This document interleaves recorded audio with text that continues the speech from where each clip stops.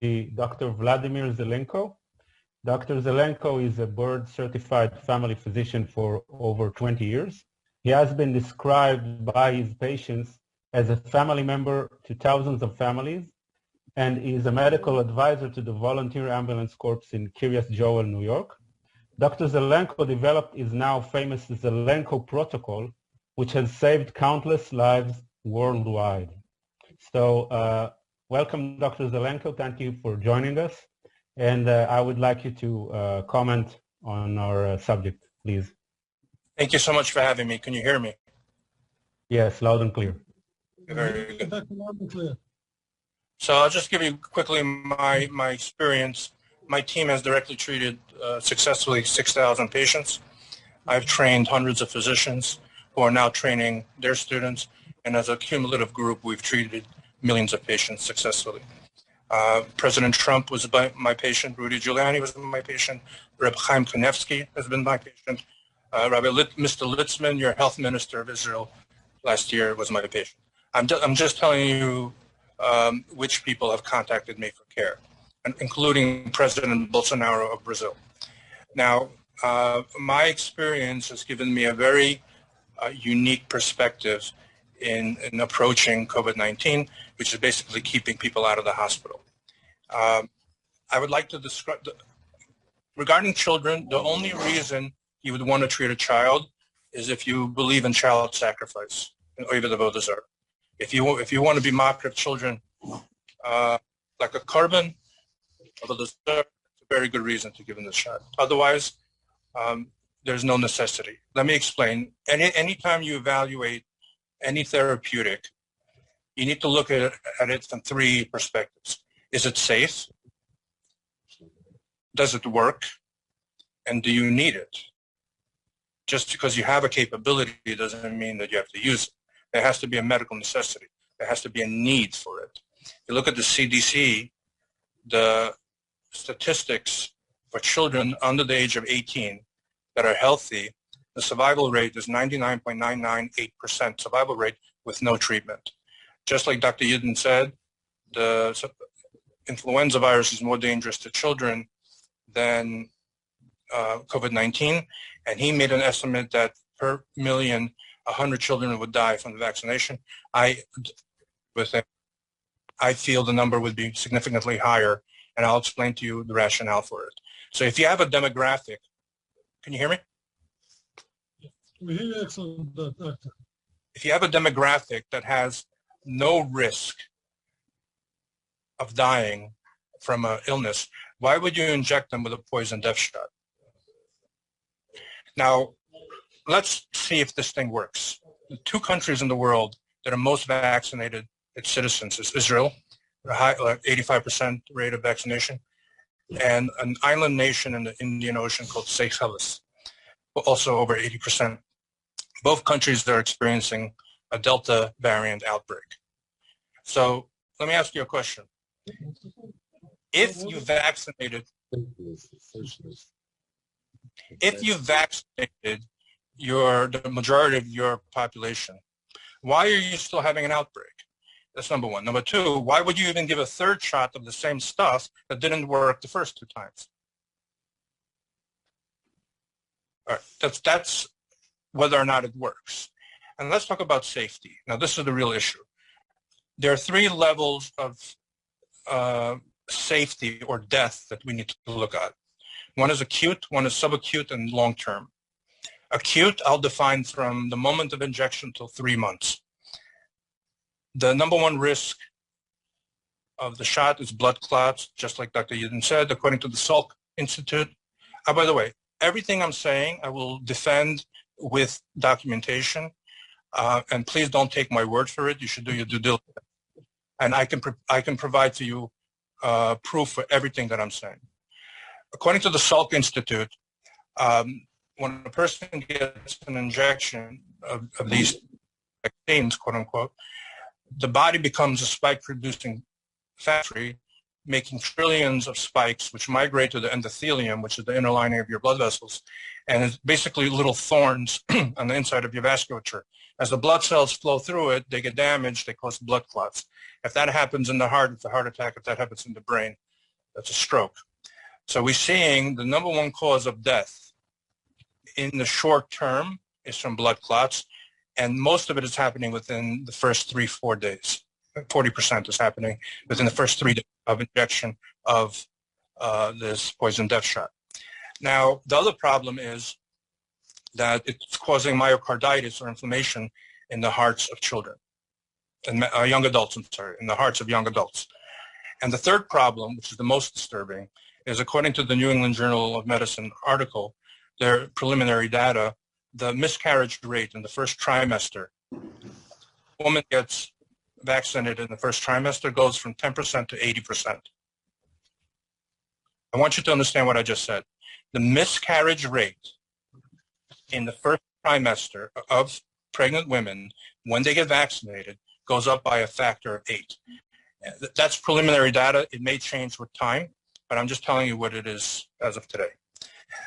That's the smallest of the problem. The second problem is the subacute death issue, which is the following, that the animal studies that were done with these vaccines showed that all the animals responded well in generating antibodies. When they were challenged, however, with the virus that they were immunized against, a large percentage of them died. And when that was investigated, it was found that their immune system had killed them. It's called something antibody-dependent enhancement or pathogenic priming or paradoxical immune enhancement. But the point is that a lot of those animals died. So you can make an argument, maybe human beings are different. My answer to you, maybe. However, those studies were not done. You are the study right now. The Pfizer CEO said Israel is the biggest laboratory in the world. And so those long-term studies to rule out, Dr. Luc Montagnier, who won the Nobel Prize in Medicine for the discovery of HIV, said that this is the biggest risk to humanity and the biggest risk of genocide in the history of humanity. And so the risk of a ADE reaction in human beings, which happens later, has not been ruled out. So my question is, why would I vaccinate someone with a potentially destructive, lethal substance without ruling that out first? And the third component here is the long-term consequences. There is definite evidence that it affects fertility, damages ovarian function, that it reduces sperm counts. Number one. Number two, definitely increases the amount of autoimmune diseases. Who knows over time how that is going to reduce lifespan? And just last week, a paper came out showing that it increases the risk of cancer. So any way you want to look at it, whether in the acute setting where it causes blood clots, inflammation of the heart, and miscarriages, in the midterm subacute setting where it can result in a pathological, disastrous immune reaction, or in the long term, whether it causes increased autoimmune diseases, cancer, and infertility. Now, that's a big concern.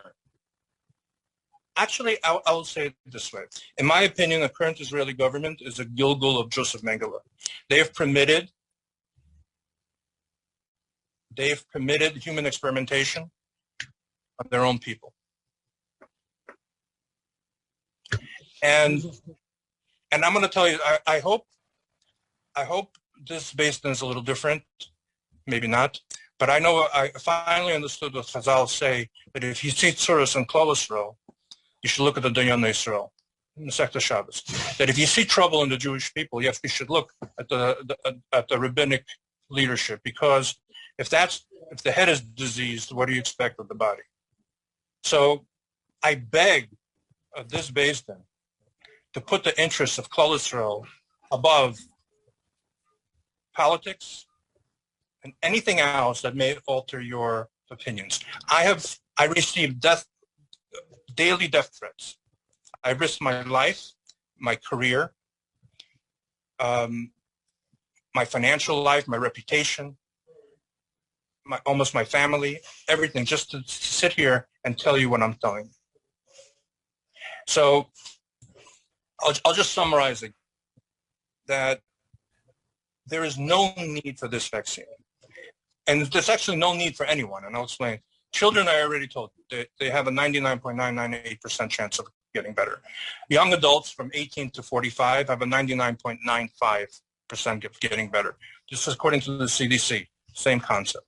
Someone who has already COVID and has antibodies, naturally induced immunity is a billion times more effective than artificially induced immunity through vaccine.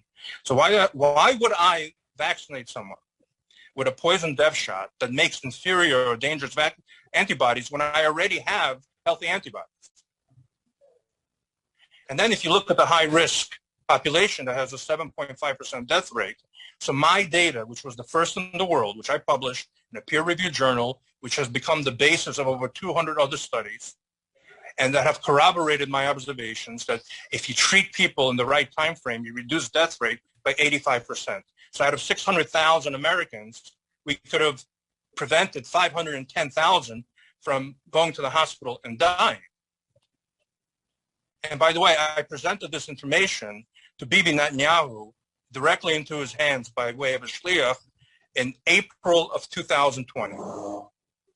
And I informed every single member of your Ministry of Health as well. So my question to you is, if I can reduce the death rate from 7.5% to less than 0.5%, why would I use a poison death shot that doesn't work and has tremendous and horrific side effects? And I'll do one more mind experiment with you. If everyone on the planet were to get COVID and not get treated, the death rate globally will be less than 0.5%. Now, I'm not advocating for that. That's a lot of people. That's 35 million people would die. However, if we follow the advice of some of the quote-unquote global leaders, let's say like Bill Gates said last year, 7 billion people need to be vaccinated, the death rate will be over 2 billion people. So wake up. This is World War III. This is a level of malfeasance and malevolence that we have not seen probably in the history of humanity. So I'm against child sacrifice. I'm against Avodah Zarah. And I really believe that God is testing every human being here. And here's the test. Are you going to bow down to me, to Hashem? Are you going to ask for your protection from me? Are you going to take your fears and ask me to help? Or are you going to run to the Avodah Zarah, the Egel Hazov, of the vaccine, of your governments, of despots and tyrants like sociopaths who want to be deities? There's nothing new under the sun. These people are no different than Paro. They think they're God. And you're going to bow down to them. If you're going to bow down to them, let them protect you. Let's see how that's going to work out for you. I've seen fear drive people to do things that are completely irrational, do not make sense, and they sacrifice their own children. And yes, your Ministry of Health is lying to you. Your statistics are absolutely skewed. If you want to see something real, there's a website called worldmeters.info. Go to Israel, and you can see at December 20th, there's a huge spike in the curve of death in Israel. Do you know what happened in Israel December 20th? National immunization started. And these are numbers being reported by the Israeli government. They're just too stupid to see, to hide it. There is zero justification for using this poison death shot, unless you want to sacrifice human beings. I think I'm done. After these words, Doctor, I don't think you can ever say you're done. I very much appreciate your time and your effort. Very definite and very clear. We appreciate it, Doctor. Do you have any questions? I have many questions, but just to summarize, 2 billion would pass out if we use 7 billion the shot, according to what the doctor said, correct? No, not according to what I said, according to what world experts are saying. That if you look at Dr. Malone, who invented the mRNA technology, has the original patents for the vaccine, he's saying, do not use this. The government is lying to you. The side effects are horrific. Dr. Cahill from Ireland said that she believes that within 2 years, 90% of the people that got vaccinated will be dead. When Dr. Michael Yidden, I hope you can confirm, I hope he's still there, was asked that question, he said he wouldn't go that far. So I don't know, maybe it's not 90%? What is the percentage? And maybe it's not 2 years, maybe it's 3 years. And Dr. Luc Montagnier, who is the Nobel Prize winner for the discovery of HIV, saying this is the biggest risk of genocide in the history of humanity. So it's just, but if you have 6 million that received presently in Israel, correct? Is that the number? 3 million. So 3 million, so if we take that percentage by 3 million, we should be seeing some 500,000, 800,000? Over time. Over time. 2.7 million in 2 years. America finished this 250 million. Dr. Zelenko, you mentioned studies that definitely, the studies that came out that there's definitely a cause of fertility problems, sperm count, and now recently a cancer research study that says that it causes cancer. Were the governments showed these? Why are they holding back these things? We see all the time coming out studies. There's no problems of fertility, bluff. No problems of sperm count, bluff. Cancer, bluff. Everything that you said, we're being counted back by not only by the governments, but by most of the medical industry, is telling us that all these studies that say that it's not that the vaccination is dangerous is all baloney and it's only anti-vax crazy. I can answer now, right? Yeah. Can I answer now? Yes. If you sum every single person you just mentioned, if you sum total the number of patients they've treated for COVID, it will equal 0. And I've treated over 6,000 patients. So you have to know who you're talking to. And I have no nagias except the loss of my life. Now, what I'm going to tell you is the following. That yes, there's been a very coordinated effort to suppress life-saving information. Drugs like hydroxychloroquine and ivermectin, which are the safest medications in the history of medicine, have been suppressed, and you can't even get them in Israel. Doctors who dare to say something that is against the narrative are being deplatformed, including world experts, like Dr. Malone, for example, who developed the mRNA vaccine, said something against the narrative, was deplatformed from every media platform. Can you tell me why? And then can you tell me why there is suppression of knowledge of side effects about this poison death shot? And then tell me why there's this incredible coercion, psychological pressure, and now using force to compel people to take the shot. You should be answering that question, not me. There is a coordinated effort here. And Israel's leading the way. Excuse me, the VAERS data in the United States is also not really showing the numbers that you're saying either. Okay, now you started. VAERS data shows, as of today, 11,000 dead people and 450,000 adverse events. First of all, that's not enough. What's your threshold of death? No, and that's already, one. Okay, VAERS is already admitting to that. There's a CDC whistleblower that just said it's not 11,000, but it's 45,000. That's not enough. And then there's a 2009 Harvard study that said only 1% of actual events are reported. Now, I can make an argument that perhaps rashes are reported at a much lower rate than death. So for the benefit of the doubt, let's say 20% of deaths are being reported. And I'm being very generous. So if you take 45,000, according to the whistleblower, or even if you take 11,000 to what they admit, so the number is either 50,000, it's like the Haggadah, 50,000 or 200,000, you choose. And then there are two other problems with theirs. I have colleagues that lost patients from the vaccine. They try to file reports. The system rejects their reports for no reason. And is the other problem, and I have evidence for this as well, that reports that were filed are now being scrubbed off the system, and you can't even find them.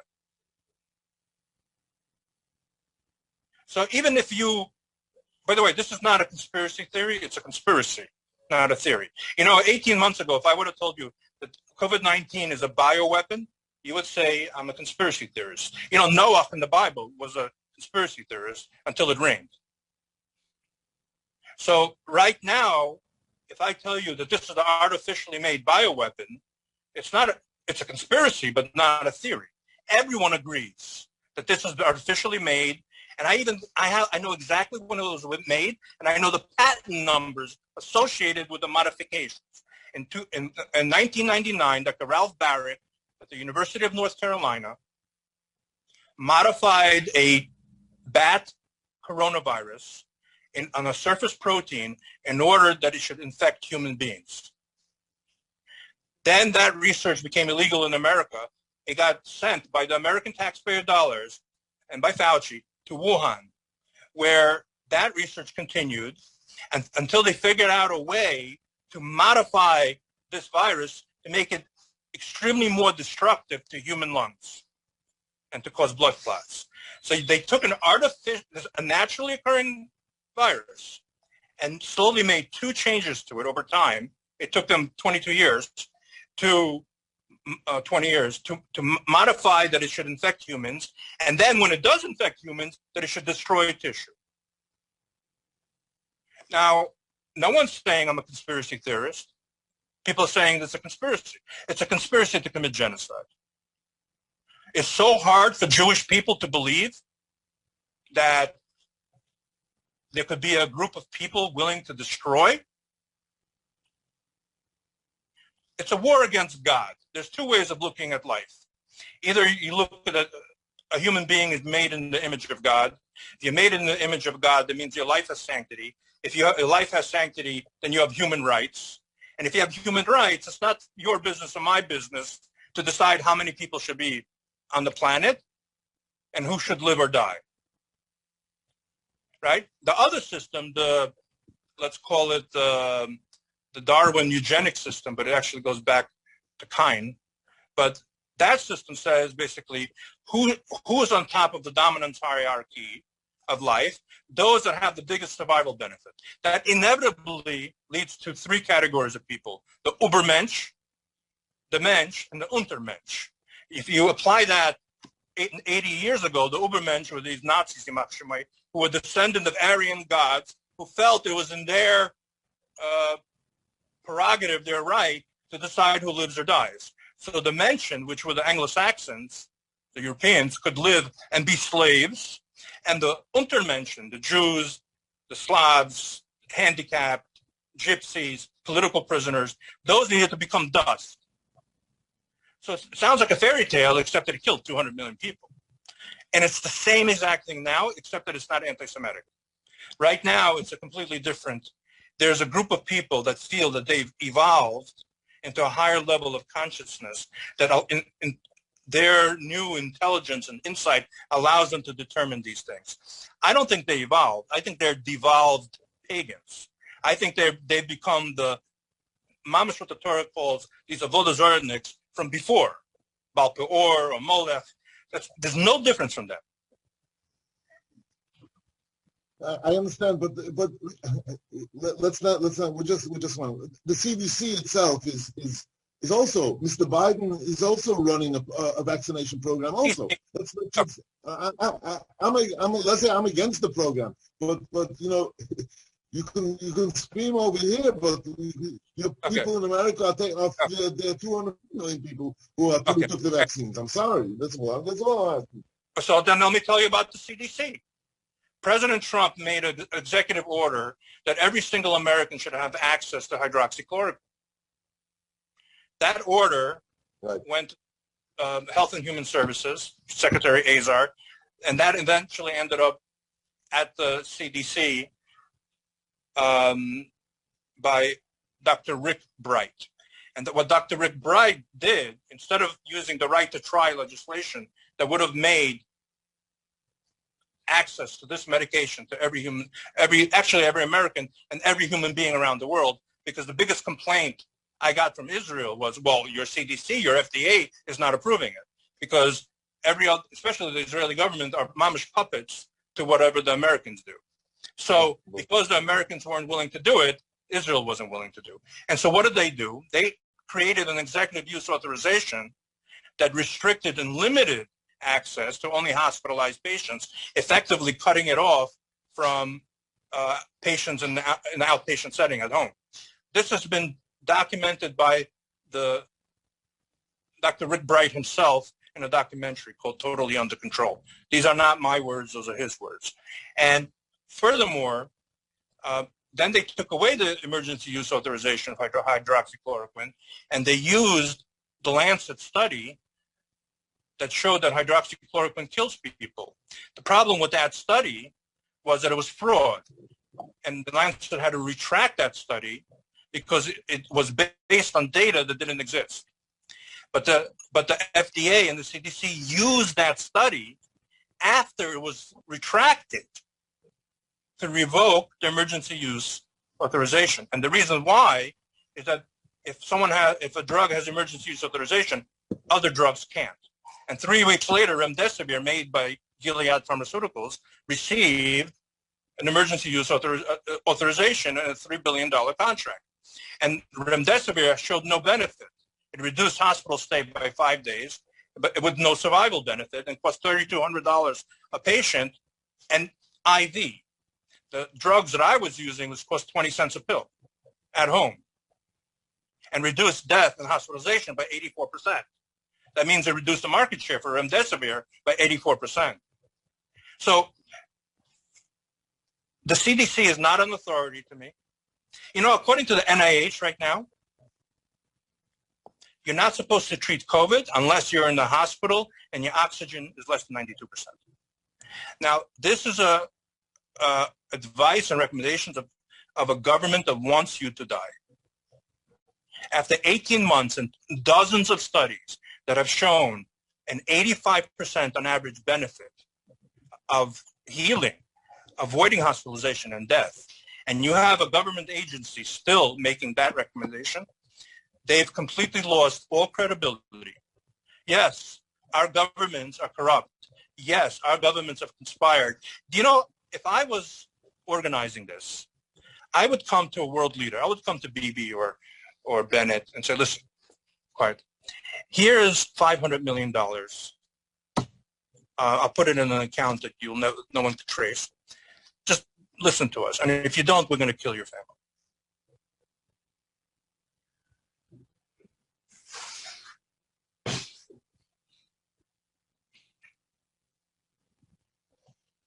Okay.